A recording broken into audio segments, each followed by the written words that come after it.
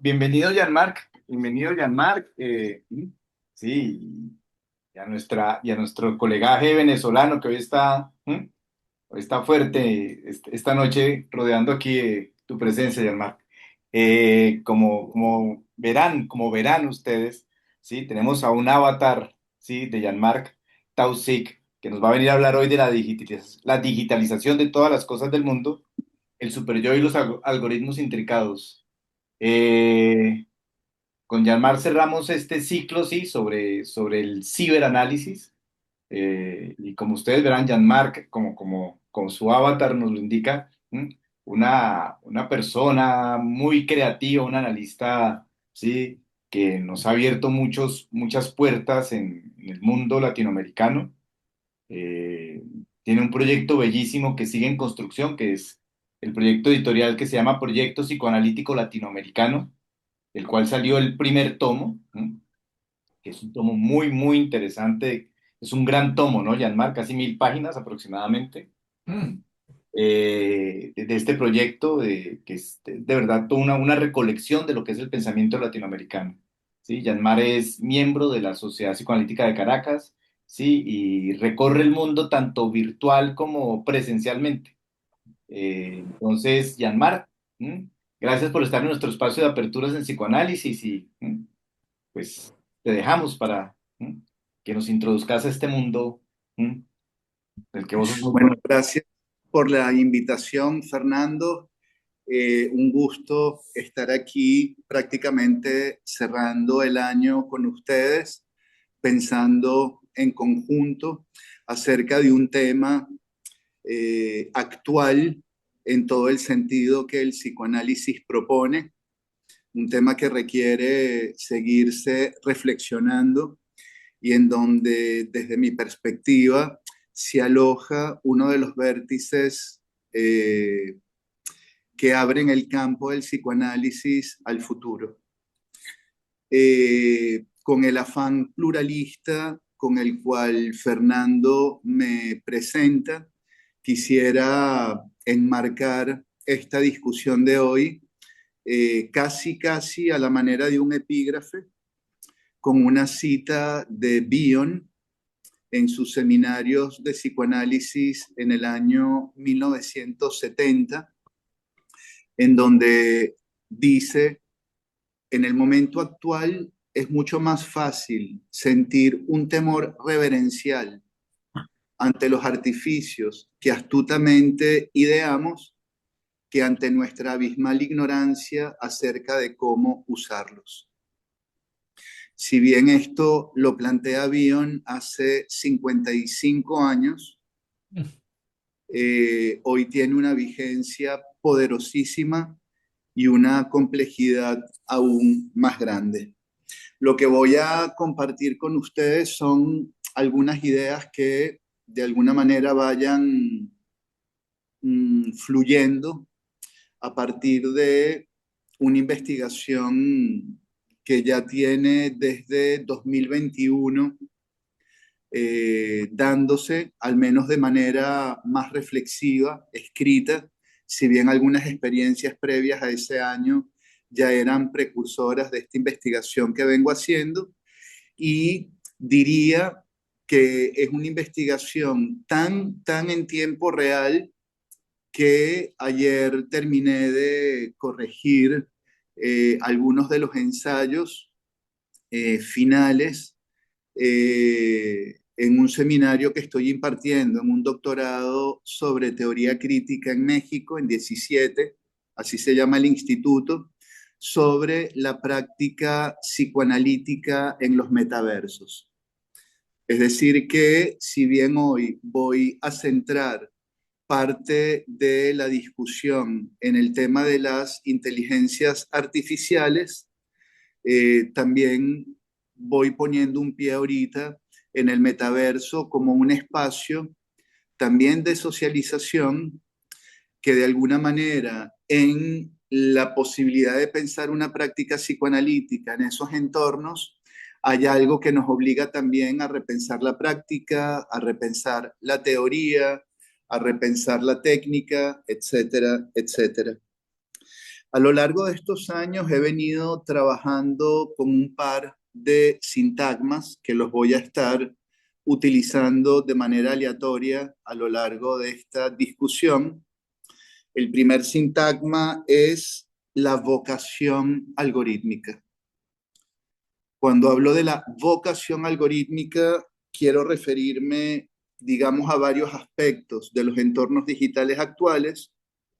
Uno de ellos tiene que ver con la vocación por el mapping, por el mapear al sujeto para de algún modo reproducirlo en otro entorno. Cuando hablo también de vocación algorítmica, estoy queriendo hablar de este aspecto, si se quiere, servicial del entorno digital que nos hace pensar ya con bastante certeza en una tópica distinta al yo, al ello, al super yo, a la realidad, al semejante, desde donde el sujeto se va a ir configurando psíquicamente, pero principalmente voy a hablar también de la vocación algorítmica en función de su intento de transformar en todo momento lo real en un dato. Ese sería entonces el primer sintagma. El segundo sintagma sería el de la solicitación algorítmica. Es un sintagma que viene en un segundo tiempo de mi reflexión y en este caso pienso la solicitación prácticamente en los mismos términos en los que lo plantea René Caes, un psicoanalista francés que ha venido desarrollando todo su trabajo en función de el grupo y que tiene que ver precisamente con la solicitación que el grupo le hace al sujeto para este poder devenir sujeto y a su vez en ese ser sujeto darle cohesión al grupo. Y de algún modo pensar entonces los entornos digitales, si se quiere, en términos de grupalidad. Entonces, dicho esto, hecha esta aclaratoria, pues cuando esté utilizando cada uno de estos sintagmas, estoy queriendo apuntar a estas, digamos, situaciones, a estos recortes de la realidad. Eh, He venido trabajando con algunas imágenes que analógicamente, que metafóricamente nos pueden también situar en un contexto para pensar estos entornos.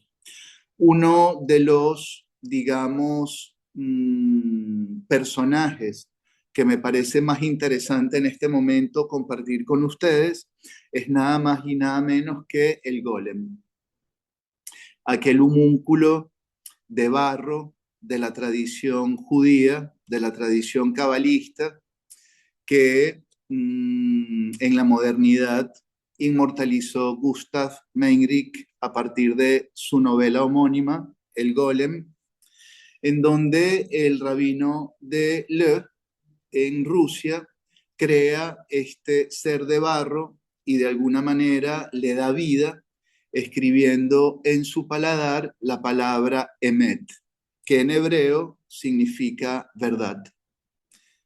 Y cuenta la narración que este homúnculo de algún modo se autonomiza, se independiza de el mandato de su creador y genera pues descalabros y su creador encuentra el modo de volverlo o de retornarlo al mundo inorgánico borrando la aleph de la palabra emet y dejando en su paladar la palabra met, que significa muerte.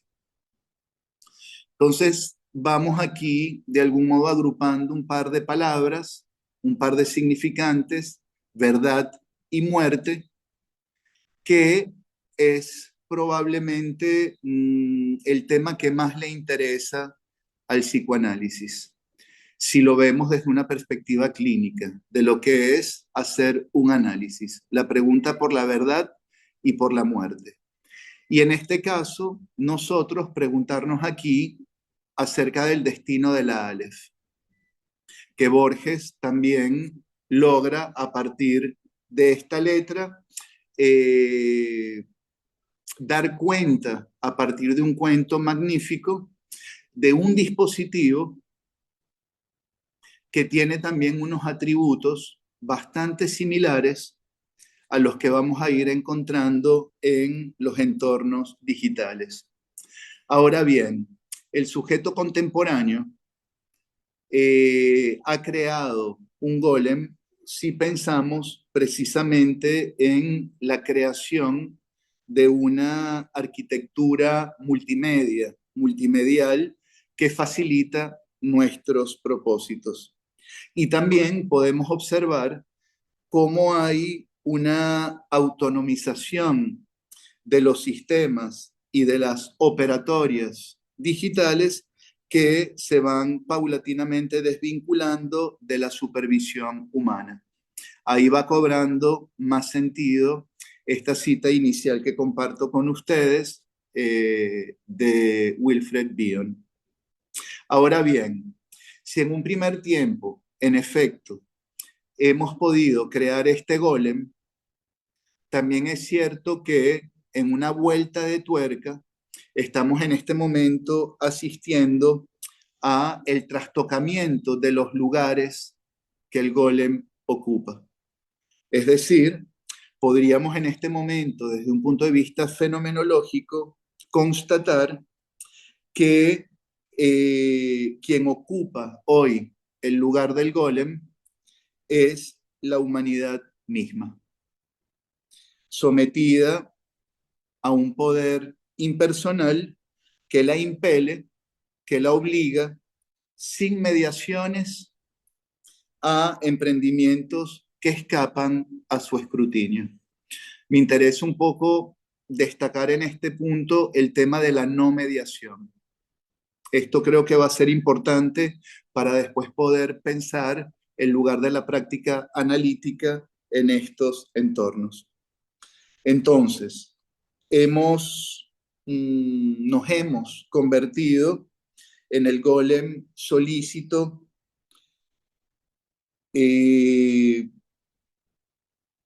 devoto de la cuantificación, en cierto modo moribundos y obsoletos, y forcluidos precisamente de esa verdad que, aunque es inalienable para el sujeto, cada vez nos resulta más indisponible. Entonces, en este marco, tratar de pensar los entornos digitales me ha llevado a investigar en distintas vertientes del psicoanálisis, y en donde he encontrado, para poder hacer una genealogía de este tema, mayores referencias que han sido útiles para pensar y para apalancarnos, es nada más y nada menos que en la figura de Jacques Lacan. En relación a Lacan, tenemos un desarrollo muy interesante que comienza a elaborar en su enseñanza a partir de los años 70, específicamente en 1970, en el seminario El reverso del psicoanálisis. Ahí Lacan va a plantear la objetalidad de la ciencia. Va a decir que la ciencia precisamente se sostiene sobre objetos. Y esa objetalidad, de una manera irónica, él la va a plantear en los términos de unos trastitos y unos aparatitos que perpetúan el saber científico. Lacan lo va a llamar en ese momento el gadget. Digamos que anecdóticamente, gadget era el apellido de un pequeño fabricante francés que a finales de 1800, en la gran feria internacional que se hizo en París, cuando se inaugura la Tour Eiffel, Gadget hace unas pequeñas réplicas mínimas de la torre, que es lo que hoy conocemos en términos de un souvenir, y se popularizó tanto esta manera de reproducir una imagen que terminó adquiriendo el apellido de su creador.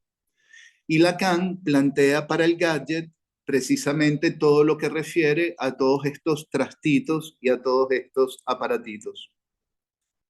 Ahora, 3 años después, en el seminario AUM, Lacan está pensando sobre la naturaleza del discurso científico y allí hay una cita muy interesante que paso en este momento a compartir con ustedes. Ahí él dice, somos sujetos de gadgets que se han convertido en elementos de nuestra existencia. Estamos en 1973, más o menos en la misma época en la que Bion también plantea en sus seminarios lo que compartimos al principio. Pero un año después, en 1974, asesta el golpe final y plantea lo que creo que en este momento estamos pudiendo todos contemplar. Allí él está tratando de pensar el gadget tecnológico en su relación con lo real y con el síntoma. Y ahí él va a decir, el porvenir del psicoanálisis es algo que depende de lo que ocurra con ese real, a saber, de que los gadgets se impongan verdaderamente, que verdaderamente lleguemos a estar, y oigan esta palabra, animados por los gadgets. Al final remata diciendo, no conseguiremos que el gadget no sea un síntoma. Entonces, habla del porvenir, habla del modo en que estos gadgets nos animan y al final los plantea en términos de un síntoma. Esta sentencia lacaniana, me parece a mí, es una sentencia oracular con todas las letras, en la medida en que también nosotros podamos recorrer un trayecto que también nos vaya a permitir captar algunas mutaciones cruciales que nos permitan un recorte del malestar que se nos ofrece como una exigencia de trabajo. Es decir, nosotros tenemos ahorita que pensar en qué consiste este gadget que hace más de 50 años Lacan propuso. Para eso, me parece que es necesario pensar un poco el contexto. Entonces, voy a nombrar 3, 4, tal vez 5 puntos que todos vamos a poder observar dentro de la cultura, dentro de lo social, que permiten avalar este planteo de Lacan. El primero, y vuelvo nuevamente a Bion, tiene que ver con la inversión de la relación entre continente y contenido. ¿Qué quiero decir con esto?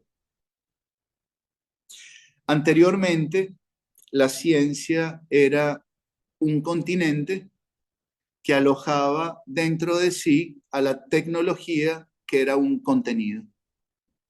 Hoy asistimos a una inversión de esta relación. Hoy es la tecnología quien pasa a ser el continente y la ciencia pasa a ser alojada como un contenido, siendo que la tecnología y la ciencia tienen diferentes lógicas, tienen diferentes temporalidades y también tienen diferentes éticas. Entonces, lo que anteriormente, en época de Lacan, tenía más que ver con un acontecer pausado, hoy más bien lo vivimos al modo de un vértigo pregnado por la aceleración. Y lo que anteriormente era un tema que resolvía un científico, hoy esto ha sido delegado al ingeniero y al emprendedor. Este sería un primer elemento que todos podríamos captar. Otro segundo elemento en este diálogo entre Bion y Lacan, que también podemos constatar, tiene que ver con la profundización de la crisis de un nombre del padre desfalleciente. Hoy estamos de algún modo asistiendo a la delegación de la verdad a los procedimientos tecnológicos.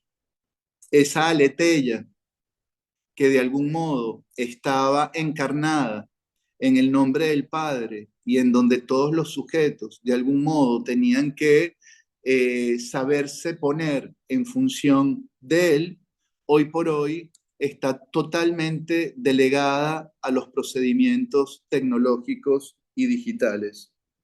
Y todo esto lo vemos en la información en tiempo real, lo vemos en la posverdad, lo vemos también socialmente con las atomizaciones identitarias y sobre todo en la reivindicación totalitaria de los goces que hacen de lo singular un universal.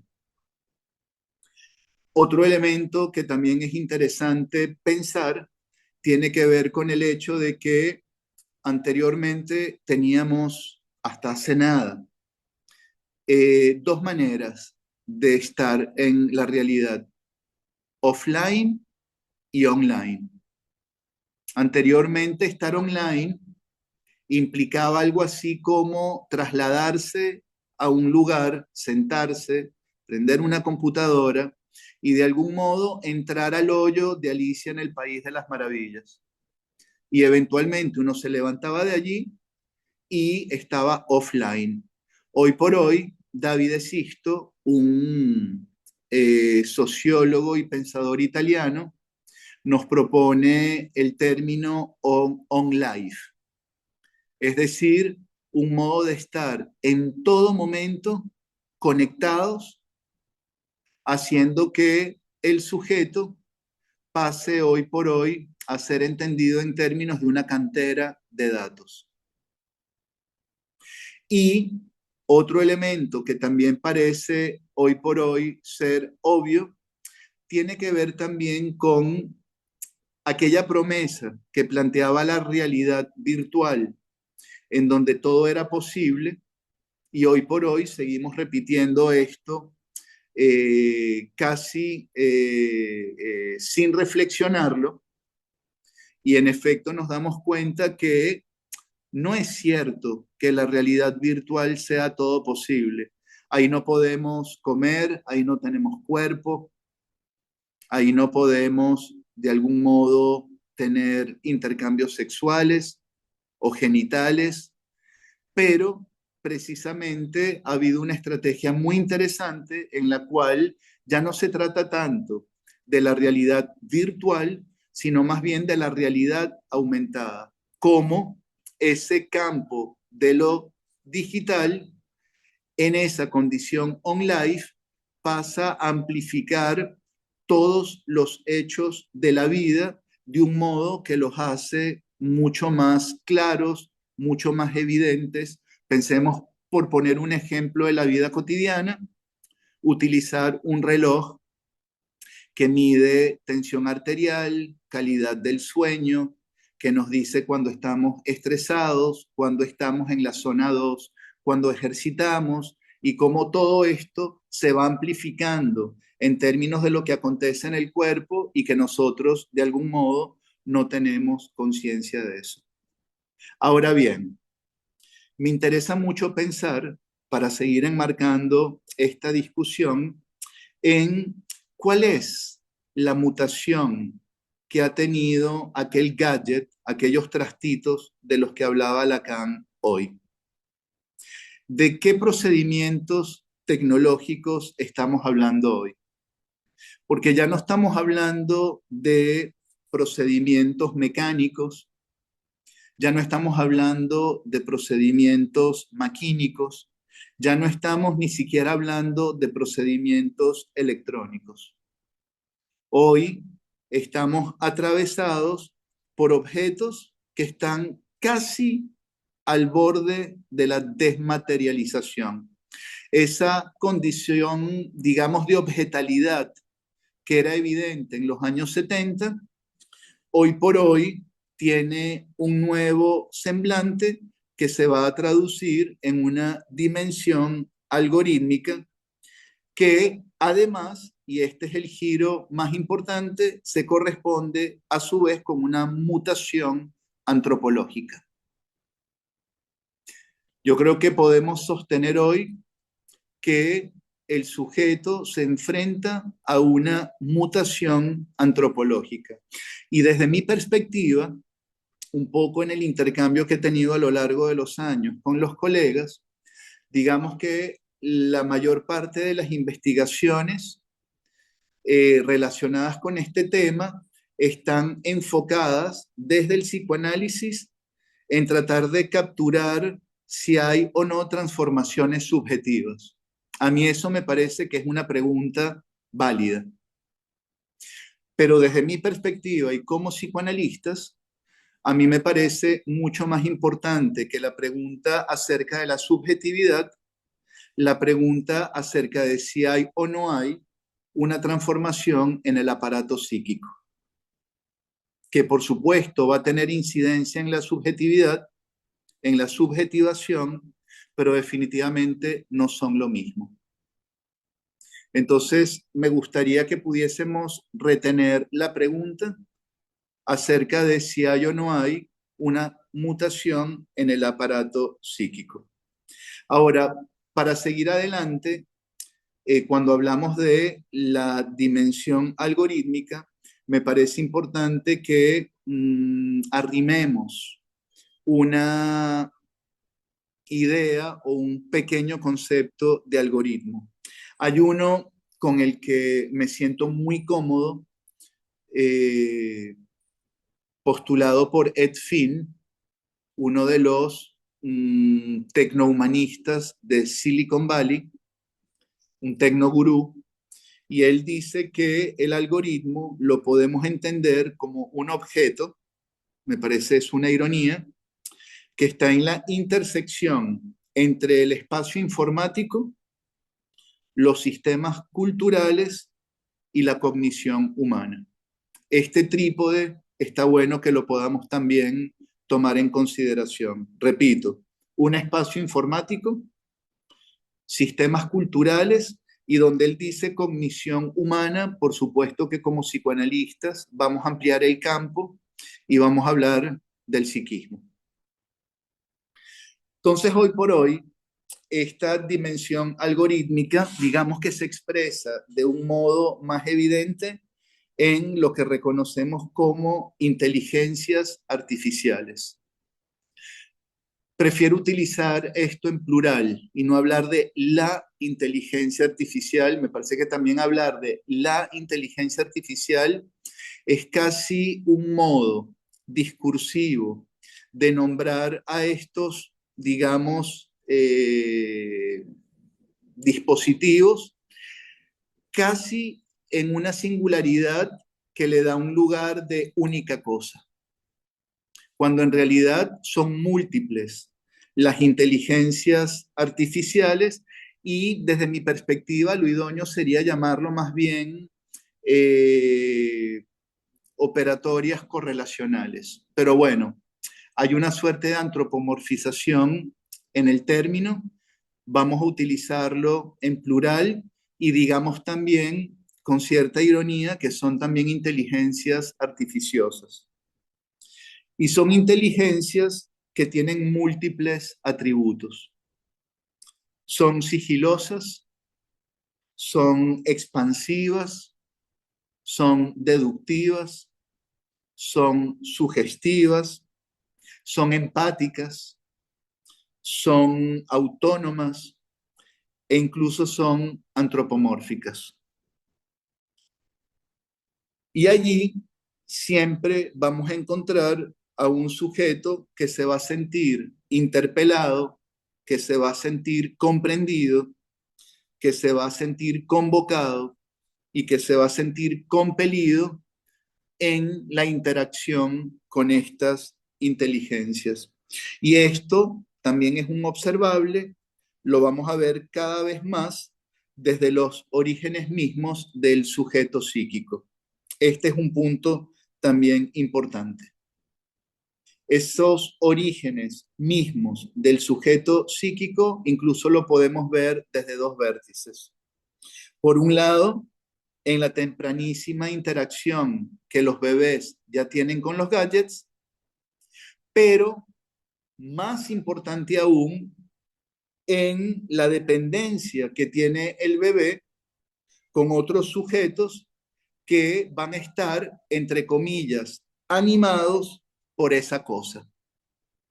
Ahí vuelve a entrar el tema de cuán animados estamos por esto. Es decir, ya las generaciones que de alguna manera han transcurrido a partir del desarrollo de estas inteligencias y del modo digital, on-life de vivir, nos permite pensar que la misma interacción del bebé con sujetos mayores viene ya de algún modo atravesada por esta lógica.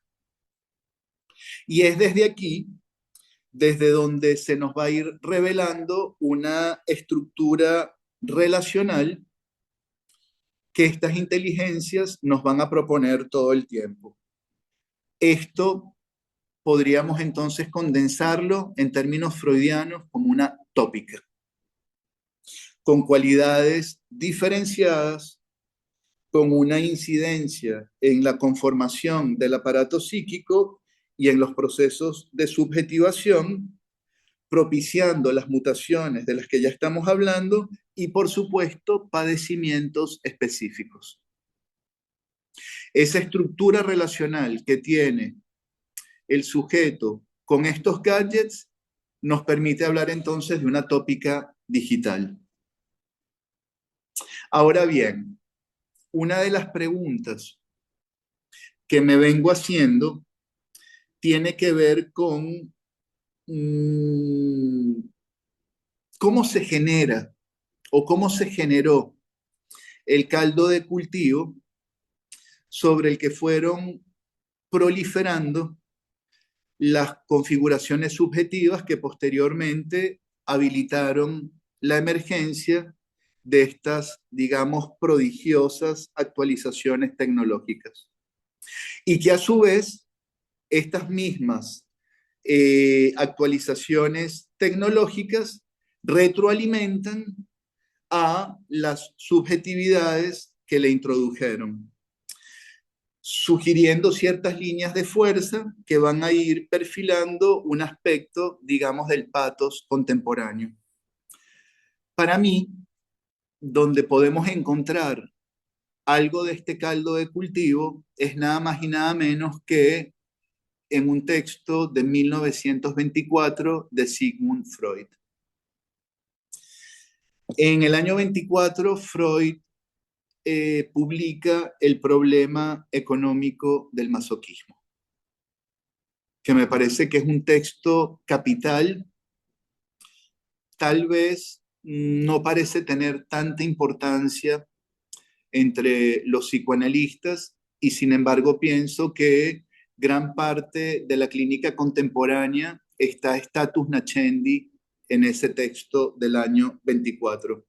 Ahí Freud, sin ambajes, al principio del texto va a decir lo que a nosotros nos interesa rescatar para esta discusión.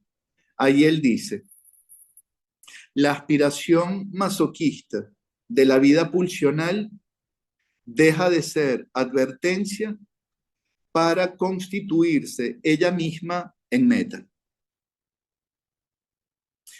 Ahí Freud va a ir de algún modo prefigurando una constelación subjetiva, una constelación psíquica inédita. Este es el primer lugar en donde Freud, digamos, establece con bastante claridad la claudicación del principio de placer, por supuesto, la prevalencia del displacer, y ahí va a hablar de una suerte de goce acéfalo que reniega del objeto, aunque por lo general siempre requiere de él.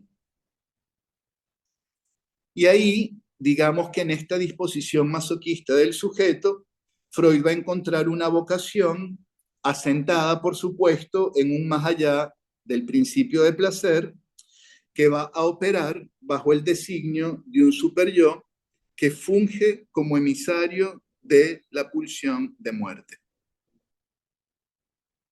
Si quisiésemos hacer digamos, un resumen bastante apretado de lo que para Freud va a implicar el superyo en ese momento, decimos que ya no se trata del yo como una instancia moral que regula la pulsionalidad del sujeto y que se hace o se edifica sobre el ideal del yo, sino que Freud va a hablar de cómo el ello o los aspectos del ello que no ingresen al inconsciente y que eventualmente puedan, vía desplazamiento y condensación, manifestarse en el mundo mental del sujeto, todo este caudal del ello que queda por fuera y no es tramitable por el inconsciente, va a prestar todo su monto, su quantum al superyo,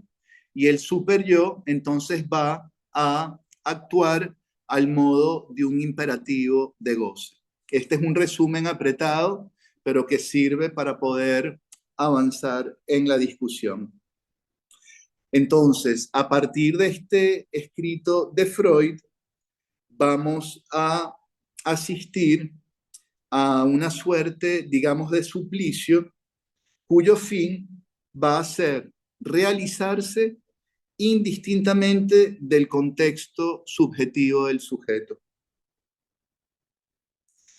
dando cuenta, por supuesto, de los imperativos que avasallan al yo, que lo martirizan y que lo sentencian con sus designios sin considerar en todos los casos cualquier atisbo de sentido o atributo cualitativo de la instancia yoica.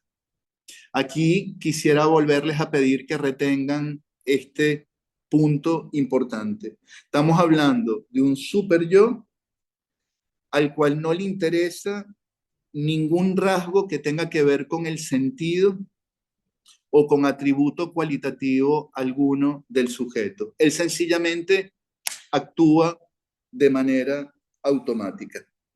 Esto lo van a trabajar después en el psicoanálisis contemporáneo muchos autores, por nombrar solo un par, André Green, por supuesto, y podríamos nombrar también a Recalcati, pero bueno, creo que todo el psicoanálisis contemporáneo va trabajando con estas modalidades de goce del superyo.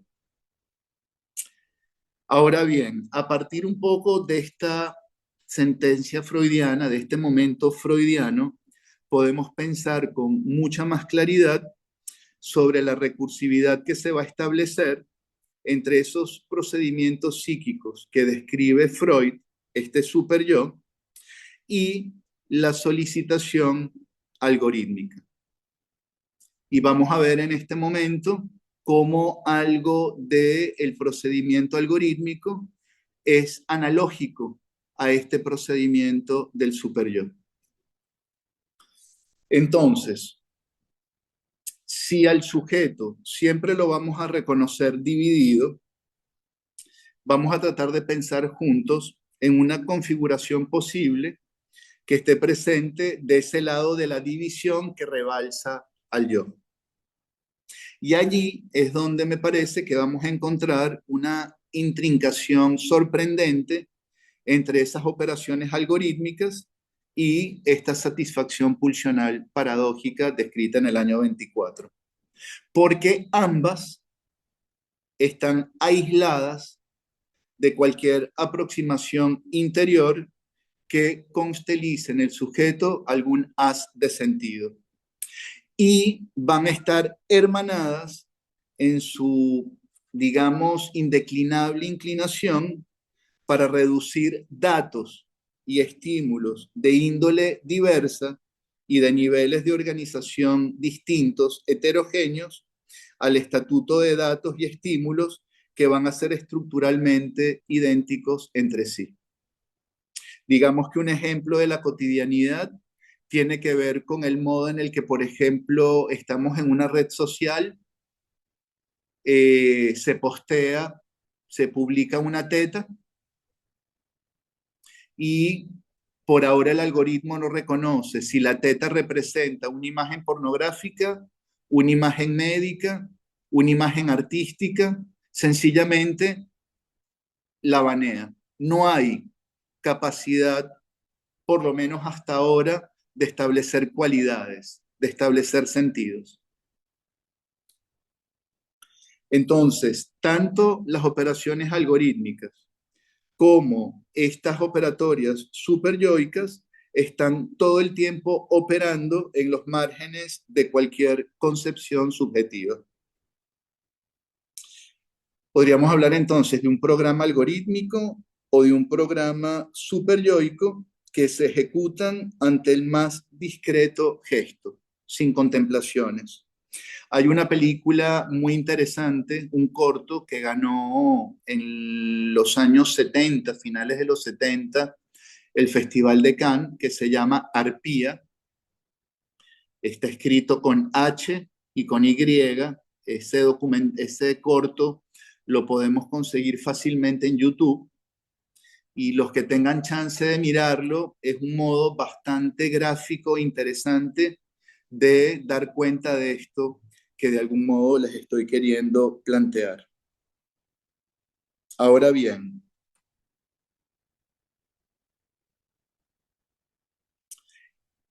estamos entonces manejándonos con la idea de un yo naciente que está inmerso en una dimensión abierta y transubjetiva. Digamos que para poder pensar el tema de los entornos digitales, tenemos que pensar en una noción del inconsciente abierta. Un poco a la manera en que lo plantea René Caes, y aquí en Latinoamérica a la manera en que lo han planteado, por ejemplo, Janine Puget, Isidoro Berenstein, César Merea. Es decir, estamos hablando de cómo el sujeto en esta dimensión abierta y transubjetiva se va a hacer de sus estilos vinculares y de sus estilos representacionales, primero por la mediación del superyo parental.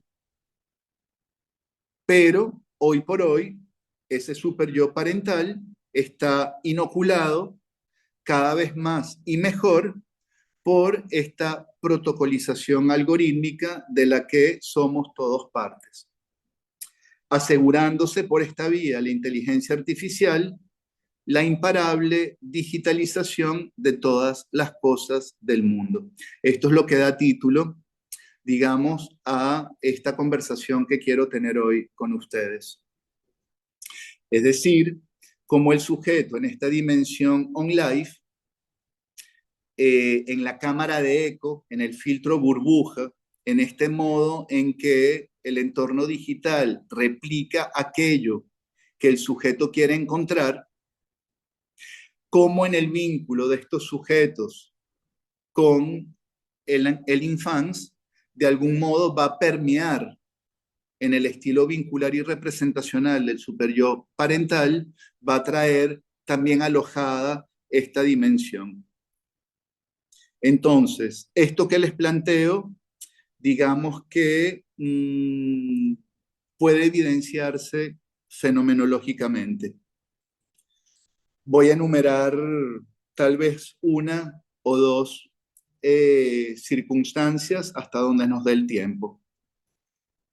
Bueno, por un lado, como les comentamos, estamos pensando en una noción de psiquismo extenso, de un psiquismo que está fuera del sujeto, pero que hoy por hoy está revestido con capas de códigos que formatean, entre comillas, los procesos de subjetivación.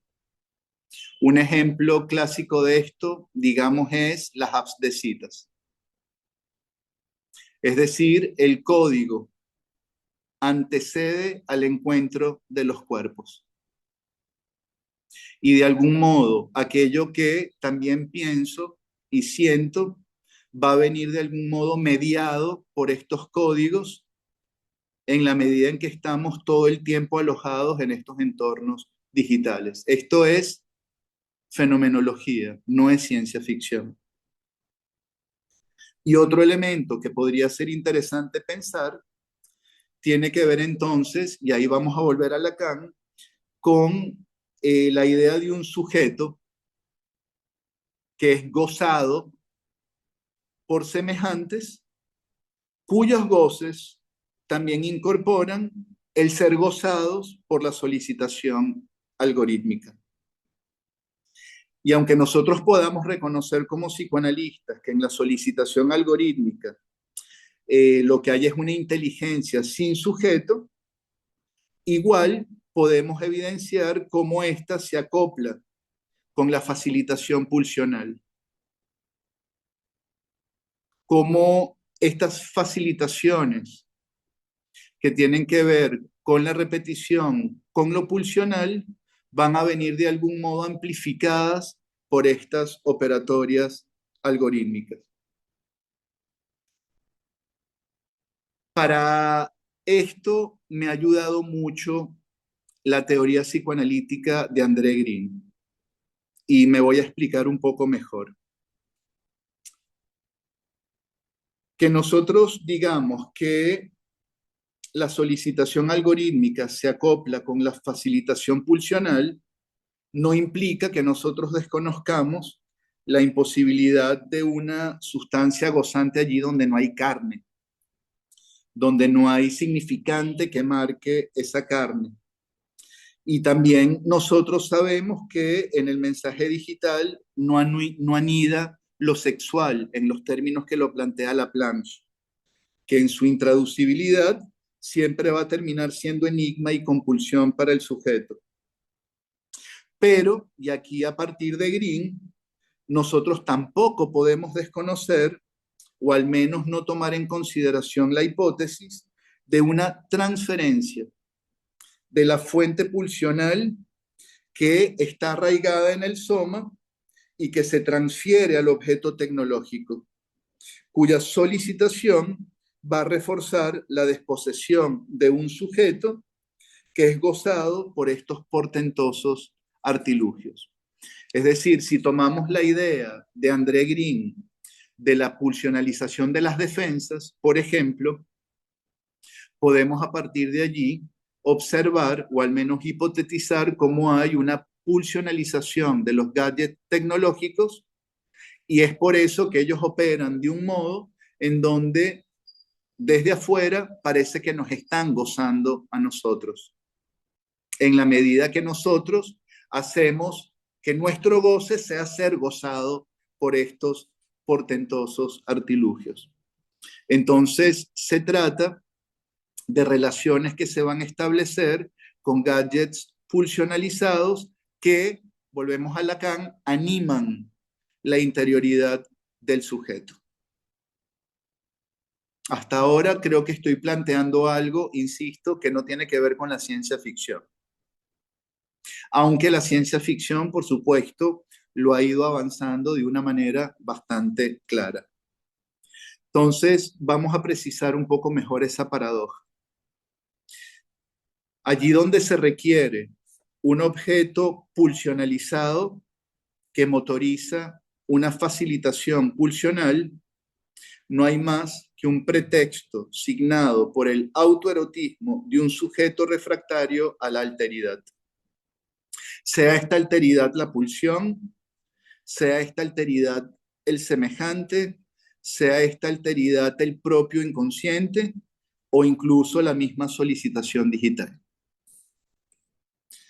Ahora bien, me gustaría avanzar un paso más antes de terminar para poderles poner sobre la mesa una evidencia que a mí me resulta aún más inquietante. Esta racionalidad algorítmica de la que estamos hablando atraviesa el fundamento somático de la existencia. Colecta cada secreción, colecta cada biorritmo, colecta cada conformación sucesiva de los goces, mapeando lo mismo las urgencias que las demoras, ofertando todo el tiempo un universo a la medida del sujeto, que va a estar conformado por datos, por trazos, por trazas personales, y aquí viene para mí lo más importante, en donde a partir de esta operatoria va a advenir un doble que replica el sujeto y en cuya tierra prometida, es decir, el metaverso, va a ser coronado el doble como aquel de quien va a ser su doble el sujeto, es decir, nosotros. Es decir, que podríamos también hipotetizar que en algún punto también ese gran otro le va a hablar a un doble y eventualmente nosotros, en este modo de ser gozados, nos vemos como el golem impelidos a responder. Y aunque son sin sujeto estas inteligencias, lo dije ya hace un rato, quiero insistir o quiero corroborar el agenciamiento que las incuba, que las multiplica y que las perpetúa en esa extraordinaria aleación que conforma la dimensión algorítmica con la dimensión mortificante de las operatorias superyoicas. Es decir, hoy podríamos hablar claramente de un superyo, si se quiere, tecnológico, pero que está de algún modo, por mediación del algoritmo, arraigado en la instancia superyoica del sujeto. Es una mutación. Con lo cual, ahí podríamos ir respondiendo algo de la pregunta relacionada con si hay o no hay posibilidad de que el aparato psíquico esté también en mutación. Entonces, para ir cerrando, me gustaría retomar a Green cuando habla de la pasivación, en este caso, pasivación como lugar que ocupa el paciente para de algún modo poder alojar la extrañeza de su propio inconsciente y de lo que implica el otro, y a partir de ese concepto de pasivación, pensar en dos pasivaciones a partir de lo expuesto. Primero, la que le va a imponer al psiquismo la instancia parental protocolizada por la dimensión algorítmica. Y segundo, la que luego, ya incrustada en el aparato psíquico y en tanto deudora, como dijimos, de la pulsión de muerte y del ello, reproduce y amplifica aquellas inscripciones iniciales para luego retroalimentarse en un segundo tiempo en la cámara de eco que va a ir cercando al sujeto siempre a partir de un perfil de goce que es cada vez más milimétrico, mientras nuestro doble va a ir asumiendo el relevo de nuestra existencia en esa otra tópica de la que hablamos hace ya unos minutos.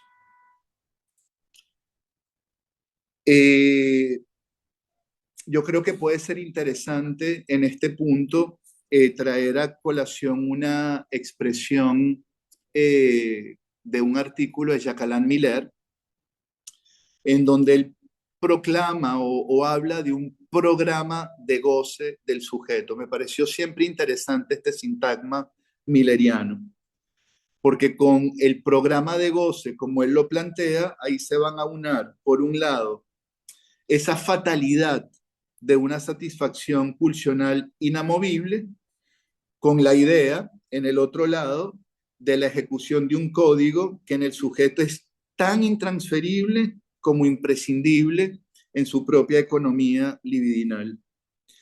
Producto, obviamente, en el caso del psicoanálisis lo sabemos, de una contingencia original que se anquilosa en un fantasma en donde el inconsciente y el goce van a estar de algún modo soldados.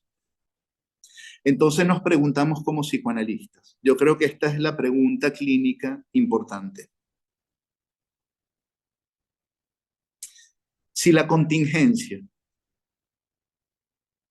queda extirpada por esa necesariedad que impone el goce, ¿es viable como psicoanalistas variar, así sea un ápice, algo de esa fijeza? Algo de esa facilitación que obtura cualquier apertura hacia una nueva escritura o hacia el infinito, como diría Bion, en tanto expresión genuina de lo abierto? Esta sería la pregunta.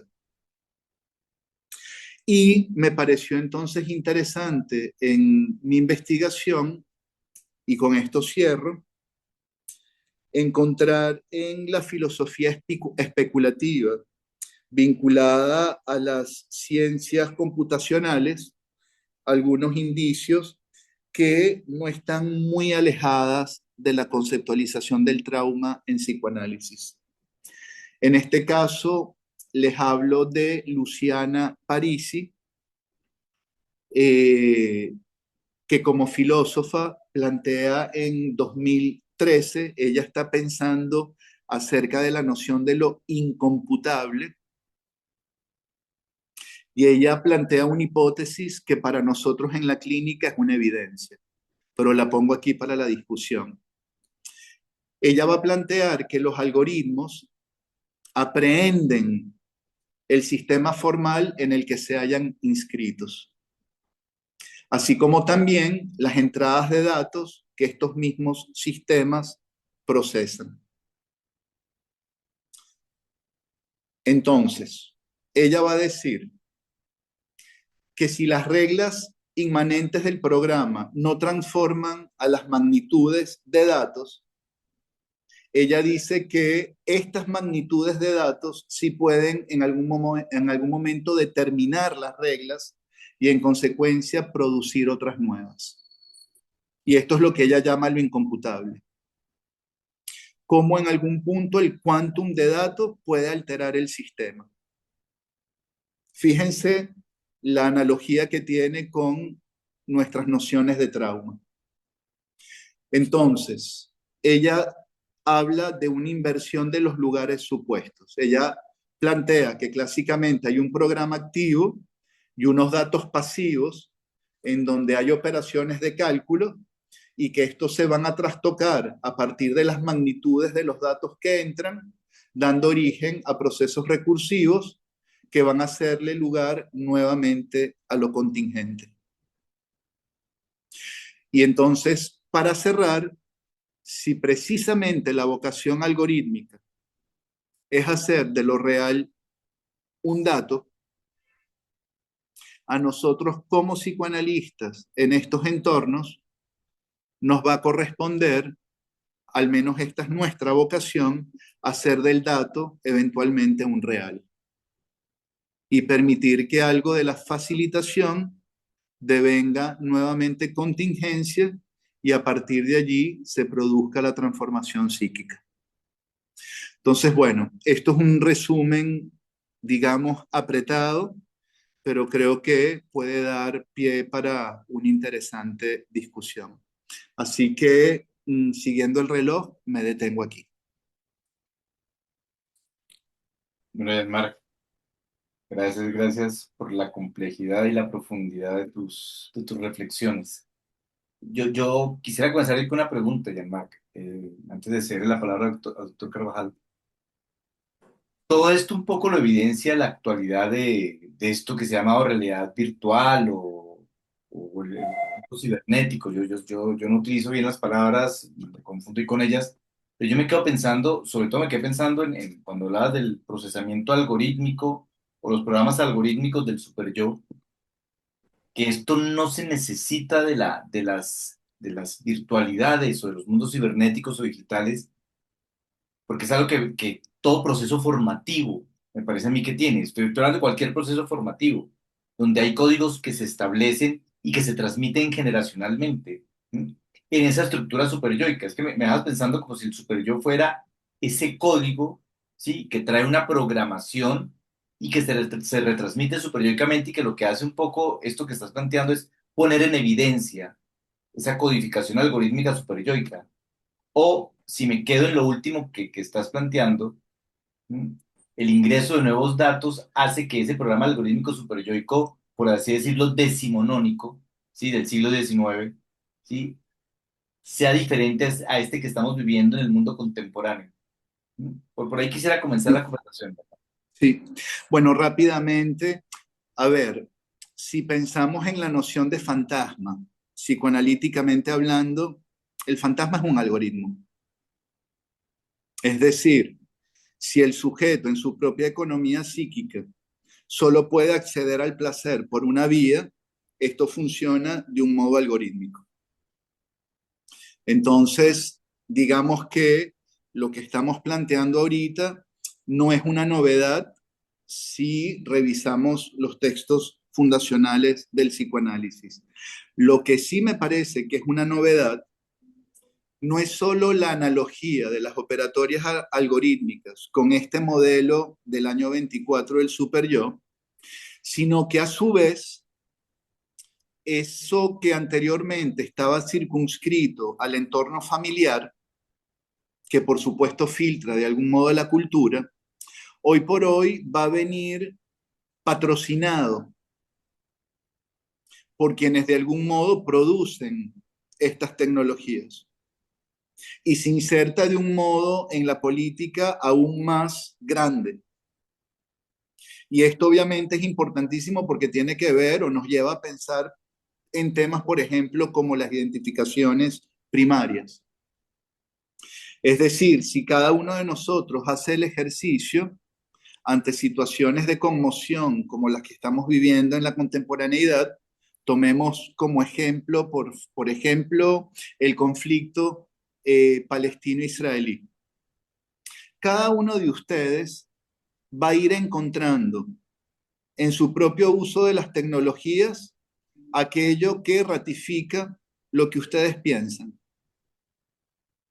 Obviamente que desde una perspectiva crítica uno investiga, rompe la burbuja y obviamente descubre otras cosas. Pero hoy por hoy, el modo en que se articulan estas, digamos, grupalidades mentales, porque tiene mucho que ver con los planteamientos de Bion de los supuestos básicos, el modo en que se amplifican por mediación de la tecnología, hace que el sujeto quede aún más capturado por esto y en la transmisión generacional en el bebé, en las identificaciones primarias que van a darse, obviamente ese super yo va a venir también ahorita teñido de algún modo de toda esta otra instancia. Esto es lo que quiero plantear.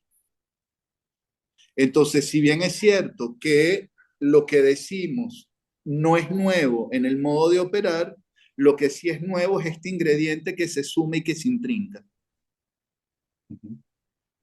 Entonces, ¿cómo moverse de allí? Si precisamente el trabajo del psicoanálisis también tiene que ver con una salida exogámica, ¿cómo pensamos hoy el tema exogámico a partir del modo en el que estos entornos de algún modo ya construyen universos que están hechos a la medida de lo que el sujeto va a ir configurando en sus primeras interacciones con el gadget? Este es el punto en donde me parece que es importante pensar hoy la subjetividad. Ok, ok. Doctor Carvajal, doctor Lieberman. Bueno, después de esta patada en la cabeza que nos acaban de dar, voy a tratar de mirar algunas cosas ya. Obviamente, pues yo voy a hacer una nueva visión de lo que has dicho, ¿no? Tú vienes de la cultura, ¿no? El macro de la cultura, al micro del algoritmo. La condensación del algoritmo en el algoritmo de lo cultural. Obviamente, lo has dicho, no lo has expresado de manera directa, pero está absolutamente expuesto en lo que has planteado, que estamos ante un brutal cambio cultural. Eh, lo más parecido, pues sabemos a esto, es lo que nos imaginamos que fue el humanismo, cuando aparece la imprenta, que tuvo que ser una cosa brutal para la gente en el momento, ¿no? La tecnología de la imprenta avalando una postura filosófica, obviamente, griega, ¿no?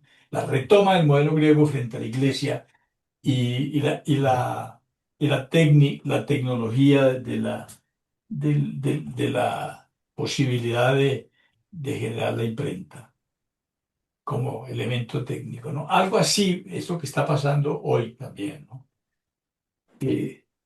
Yo sostengo quien dispara este cuento, pues obviamente fue Nietzsche a finales del siglo XIX, principios del XX con el superhombre.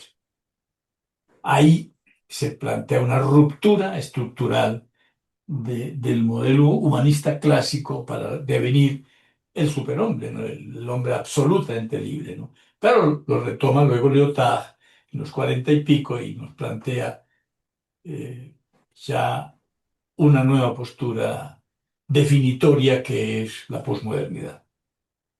Claro, inevitablemente es inevitable pensar en otras dos figuras que son muy interesantes, noveladas, anteriores. Una Frankenstein y la otra Mr. Hyde. Ujú, Y hablando de super yo, ¿no? ujú. Habla- Sí, la perversión aparentemente, ¿no? El desborde incontrolable de, de Frankenstein y y la locura perversa de Mr. Hyde. Todo esto está unido con lo que estás diciendo, de alguna manera así lo siento, ¿no? Son tantas las cosas que me pusiste a pensar, ¿no? Claro, ya cuando lo aterrizas en el terreno psicoanalítico y lo llevas al superior, ¿no? Eh, Vamos ante un nuevo ser humano, sin lugar a dudas. Tú lo trajiste en muchos escenarios, ¿no?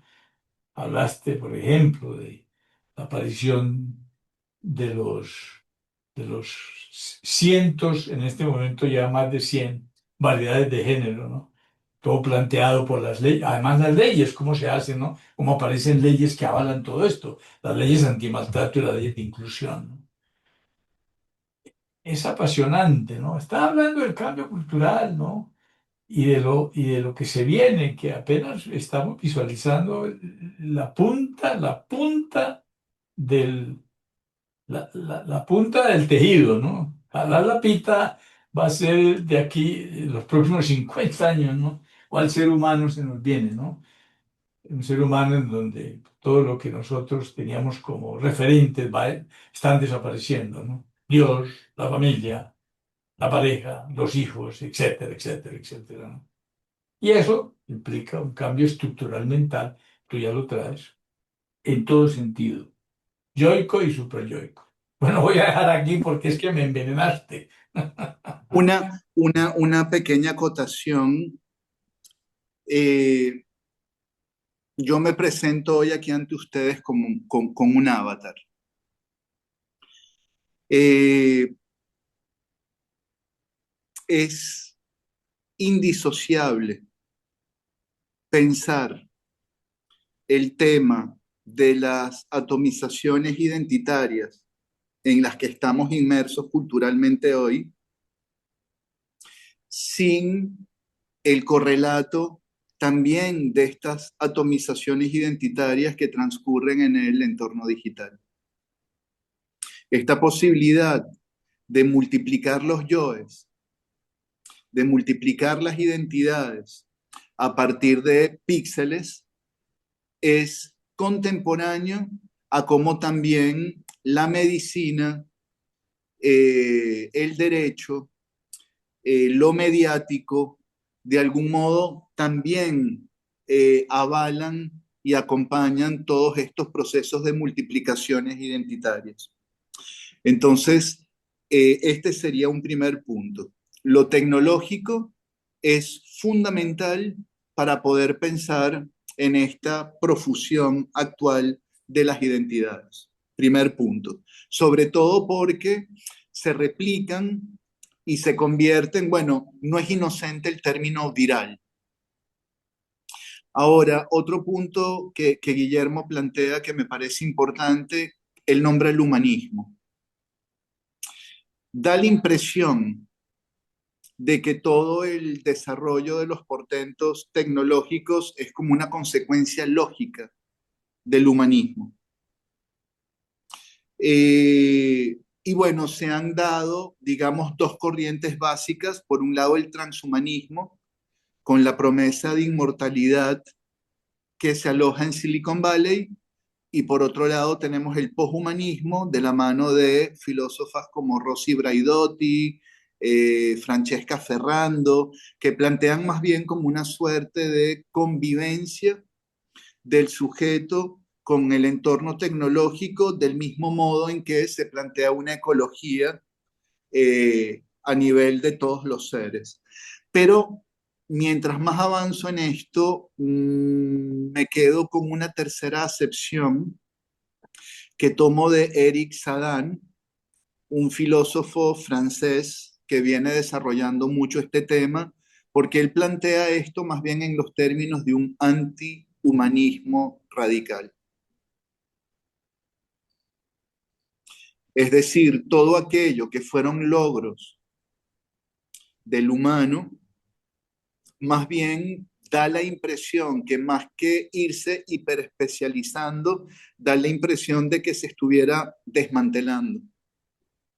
Y ahí es donde el psicoanálisis tiene que poderse ubicar con naturalidad en estos entornos para poder seguir operando.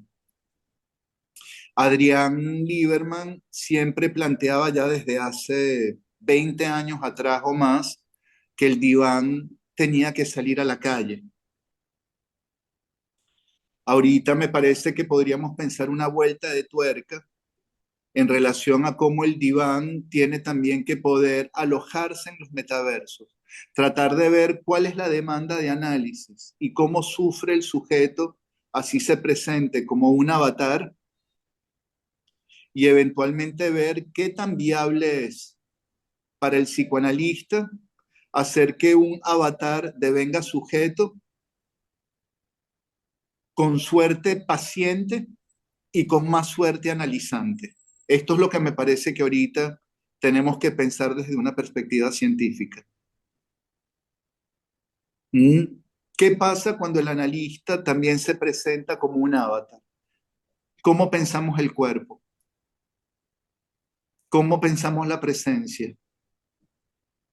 ¿Cómo pensamos de algún modo procesos como las identificaciones proyectivas que suceden en el cuerpo a cuerpo? ¿Cómo ya podemos por fin decir que cuando trabajamos online y nos estamos viendo en la cámara, se dan las identificaciones proyectivas y el analista puede de algún modo poner a trabajar su contratransferencia? Ok, ¿qué pasa si ahorita complejizamos aún más el asunto y nos presentamos como en esta suerte de ejercicio me estoy presentando y preguntando con ustedes? Creo que estas son preguntas altamente necesarias en este momento, porque hay algo disruptivo, pero ¿cómo abrimos el vacío, el rasgado, a la manera de un cuadro de Lucio Fontana en la pantalla del ordenador? Porque es obvio que cuando Jung quiso analizar psicóticos, no, eso no es viable. Y miren todo lo que se produjo. Cuando Melanie Klein dijo, no, no, vamos a analizar niños, no, no, los niños no son analizables. Y miren todo lo que se produjo. Y llegaron otros, también vamos a analizar parejas, vamos a analizar grupos. No, no, eso no es analizable. Bueno, ¿qué pasa si nos preguntamos aquí sin tanto temor, qué pasa si analizamos avatares? ¿Es eso o no es psicoanálisis? ¿Es o no es una pregunta que corresponde hacerse? Bueno, pasamos a Adrián, dejando la pregunta ahí muy interesante. Adrián, Bueno, Jean-Marc, te felicito porque como siempre tus intervenciones, tus presentaciones son sumamente eruditas, cargadas de referencias y ramificaciones que llevan a interrogarse sobre muchas cosas. Yo quería plantear algunos asuntos sobre el cambio antropológico que tú planteas que se nos viene. No se nos viene, ya se nos vino, porque Ya. todos somos ya versiones primitivas del cyborg, de ese hombre conectado a una máquina a través de los teléfonos inteligentes que forman parte de nuestra existencia cotidiana. Ya tenemos una interfaz cotidiana, constante, para realizar una gran cantidad de operaciones donde los programas, los algoritmos, funcionan como complemento y amplificadores de las funciones mentales y lo hemos naturalizado. Tú planteas un escenario mayor en el cual yo me interrogo, porque usaste numerosas veces la palabra sujeto, si ese ser gozado por los gadgets es un sujeto, porque ahí falta la dimensión simbólica. Ahí lo que hay es un estrago del imaginario, que es parte de nuestra clínica actual. Nosotros vemos gente que viene enferma de imaginario, en una deriva identitaria sin fin, donde las redes, la inteligencia artificial, los chats producen esa búsqueda sin fin de la identidad, pero para que haya sujeto tiene que estar el registro de lo simbólico. Ahí no hay lugar para lo simbólico, porque lo simbólico proviene de la duda, proviene de la marca de la castración, del primer no, de la frustración, donde se inscribe el deseo. Y el algoritmo, en tanto, intenta predecir el futuro a partir del pasado, asintóticamente, pero digamos con miras a llegar a uno, ahí no hay lugar al deseo. Y al no haber deseo, el goce también queda interrogado como posibilidad, porque el goce acota el deseo acota el goce, pero el orden de lo simbólico permite también la aparición de la duda como forma de saber, que esa es la marca ética de nuestro ser. El analista funciona justamente al contrario del algoritmo. Plantea algo que no es predecible, como pregunta, pero tiene que haber una inscripción, tiene que haber previamente en la persona, por más pasiva que Ujú. sea, algún tipo de inscripción de lo simbólico. Pues aquí estamos hablando de una producción de seres tomados por lo imaginario, donde la pulsión es satisfecha prácticamente en su totalidad, no quedando ningún resto posible, ahí no hay sujeto. Es decir, en este panorama de goce total, o yo no sé si llamarlo goce justamente, porque el goce remite a algo que no se satisface, que produce Ujú. dolor, no está ese registro. Entonces, yo sí creo que nosotros, nuestra función, nuestra ética, nos posiciona en un lugar opuesto al algoritmo, que introduce algo que justamente no se puede predecir, no se puede satisfacer, pero que este, apunta a ese registro de lo simbólico. Entonces, yo me pregunto, ¿estamos hablando de sujetos o estamos hablando de generaciones de seres tomados por lo imaginario? Por tanto, no habría real tampoco. Por tanto, a mí toda la topología lacaniana se me cae en este momento. Los tres registros del nudo Borromeo se me cae y me cuesta entonces conceptualizar, ¿es psiquismo o es pura reverberación de lo imaginario lo que vamos a tener o lo que se va a conseguir? Y bueno, Esa es nuevamente te una felicito magnífica, por, sí. te felicito por tu exposición. Sí, bueno, Adrián, estas son las preguntas que nos tenemos que hacer, definitivamente. Este, mi apuesta como psicoanalista en estos entornos tiene que ver con la reivindicación del deseo y fundamentalmente de lo inconsciente, porque más allá incluso del entorno tecnológico, lo que ha ido desapareciendo es al menos el inconsciente como inconsciente dinámico. Si de algún modo la tesis freudiana. Planteaba como una suerte de profundidad trascendente que se va a contraponer con una apariencia, digamos, fenoménica y que es influida precisamente esta apariencia por esa profundidad desconocida, pulsante, vitalizante y mortificante. Hoy por hoy, digamos que esa profundidad de plano ahorita es mera superficialidad. Hay como una suerte de aplanamiento de la distancia entre esa estructura profunda y el nivel empírico de las cosas. Y eso tiene una incidencia en la clínica. Entonces, hoy por hoy, la impresión que da es que el inconsciente está como oculto en su propia sobreexposición. Y la labor del analista, y lo decía al final de mi comunicación, es, sí, hagamos del dato un real y veamos de algún modo de qué forma lo simbólico puede o no puede operar. Lo que sabemos es que vamos a estar operando en una suerte ¿cómo diría?, de zona artificial en donde la abolición de las distancias no va a clausurar la desolación existencial del sujeto. Que yo esté aquí como avatar igual implica que hay algo detrás que padece. Que yo pretenda revocar a partir de las tecnologías lo azaroso, eso no va a impedir que haya una suerte como de aparición disruptiva de algo que es irrepresentable y que de nuevo nosotros como analistas tenemos que colocarnos en la función de garantes de eso irrepresentable.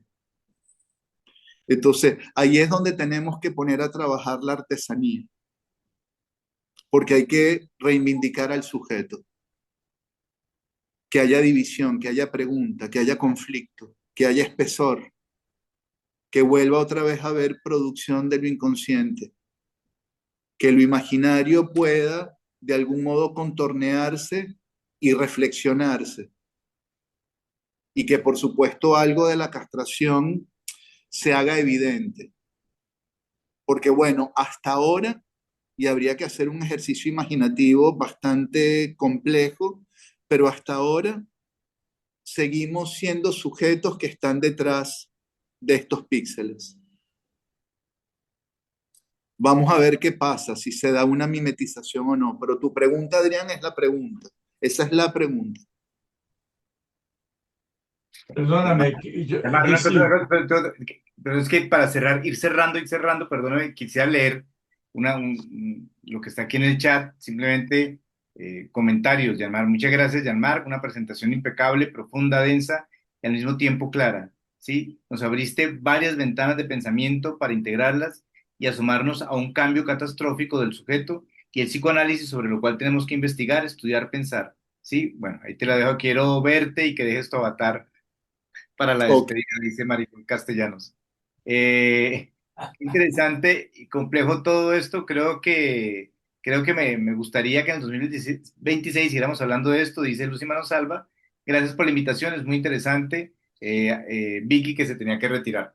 Entonces, te dejo ahí esos comentarios, llamar. yo quería hacer Ah, sí, sí, un pequeño comentario. cerramos, pero que estamos ya Sí, con el tiempo. y es dónde queda la neurosis, dónde queda la transferencia. Siento que estamos en el hiperjuego absoluto unicotiano, más allá de cualquier realidad, y todo lo demás se está borrando casi como un acto psicótico. Bueno, ¿Cómo hacer del gadget un gadget transicional para que algo emerja precisamente del sujeto? Esta es la pregunta. Así que bueno, agradecidos con ustedes. Gracias, Fernando, por la invitación a abrazo, Apertura Yanmar. A vos. Psicoanálisis y a cada uno de ustedes que han asistido y los que han comentado también. Agradecido. No sé si me ven ahorita Sí, sí. en el otro avatar, en el avatar del En el psicoanalista. nuevo avatar. Bueno, muchas gracias a todos y Me nos veremos gustas el más. próximo año 2026 en febrero, ¿vale? Un abrazo a Un todos. saludo. Chao, chao. Chao.